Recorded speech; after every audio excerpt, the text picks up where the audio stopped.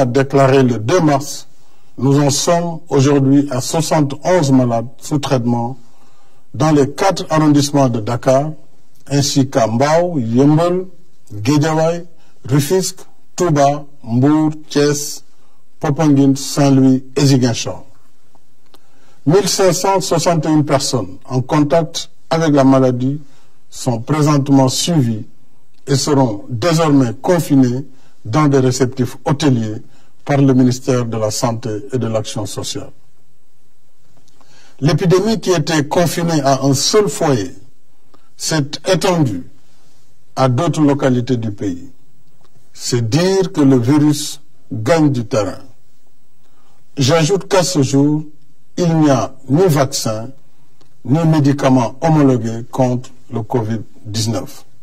Ce soir, mes chers compatriotes, et je vous le dis avec solennité, l'heure est grave.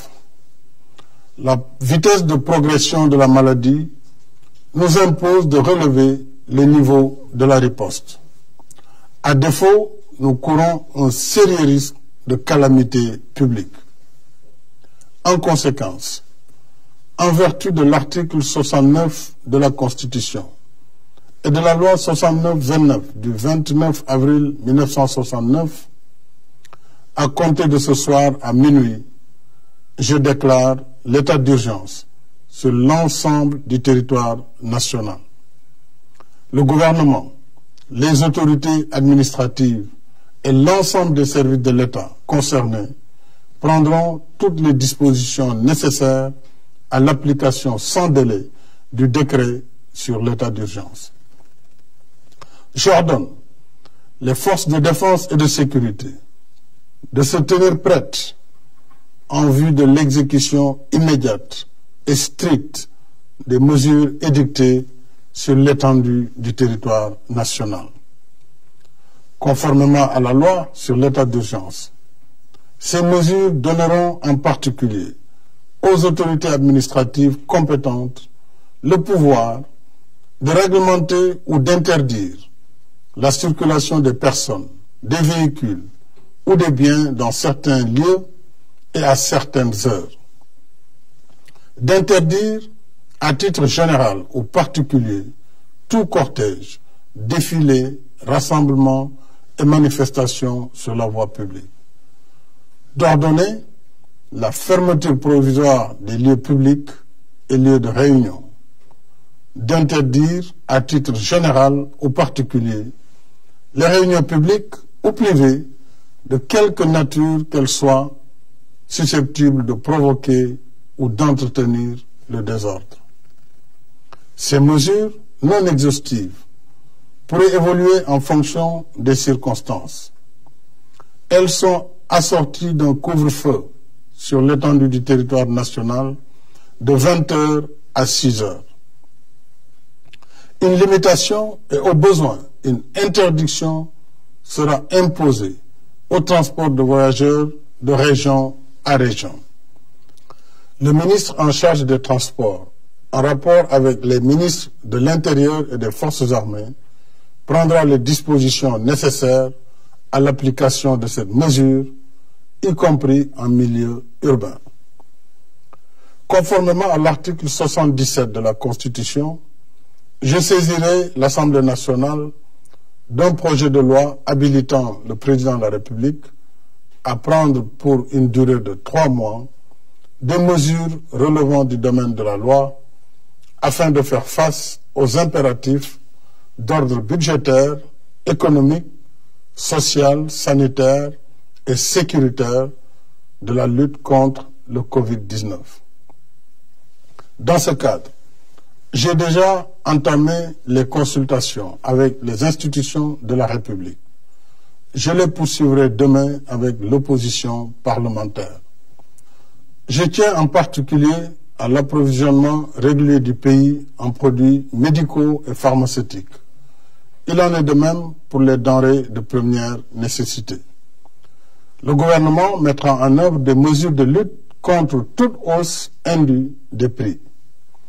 Je suis également soucieux des effets de la crise sur l'économie nationale. Pour en atténuer l'impact, j'ai créé un fonds de riposte et de solidarité contre les effets du Covid-19, Force Covid-19, qui sera doté de 1000 milliards de francs CFA. Ce fonds sera alimenté par l'État et toutes les bonnes volontés. Je lance un appel à tous, au secteur privé et aux partenaires bilatéraux et multilatéraux, afin qu'ils apportent leur soutien aux forces Covid-19. Les ressources du fonds serviront, entre autres, à soutenir les entreprises, les ménages et la diaspora. Une enveloppe de 50 milliards sera consacrée à l'achat de vivres pour l'aide alimentaire d'urgence. Des mesures fiscales générales et spécifiques seront également prises en soutien aux entreprises. Au titre des mesures générales, il sera accordé une remise partielle de la dette fiscale constatée au 31 décembre 2019 due par les entreprises et les particuliers pour un montant global de 200 milliards. S'agissant des mesures spécifiques, elles bénéficieront aux secteurs les plus touchés par la crise du Covid-19, en particulier l'hôtellerie, la restauration, le transport et la culture. Ces mesures seront également étendues à la presse, compte tenu des changements induits dans ces grilles de programme et du rôle de service public qu'elles jouent dans le contexte de la crise. Les ministres en charge des finances et de l'économie prendront les dispositions nécessaires à l'application de ces mesures. Mes chers compatriotes, l'état d'urgence que je déclare aujourd'hui n'est pas une fin en soi. Il ne s'agit pas non plus d'arrêter l'activité économique. Il répond à un péril imminent si nous ne redoublons pas d'efforts. Face au péril, l'état d'urgence nous donne les moyens de renforcer nos rangs et d'intensifier nos efforts de lutte pour vaincre notre ennemi commun. Je rappelle que le virus porteur de la maladie ne se déplace pas de lui-même. Il circule à travers les personnes qui le portent, qui le déposent dans différents endroits et qui le transmettent ainsi à d'autres. Par conséquent, en limitant nos déplacements et nos rassemblements, nous arrêtons la circulation du virus.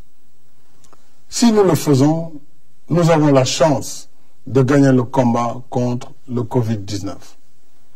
Par contre, et je vous le dis avec insistance, si nous continuons de faire comme si de rien n'était, le virus va se propager de façon encore plus massive et plus agressive. Et malgré leur dévouement, nos personnels de santé seront alors débordés et ne pourront plus contenir la situation. C'est le pire des scénarios. Nous ne le souhaitons pas. Alors, j'en appelle à une prise de conscience nationale sur la gravité de la situation. J'en appelle à la responsabilité de chacun et de chacune. J'en appelle à l'esprit citoyen et patriotique de toutes et de tous.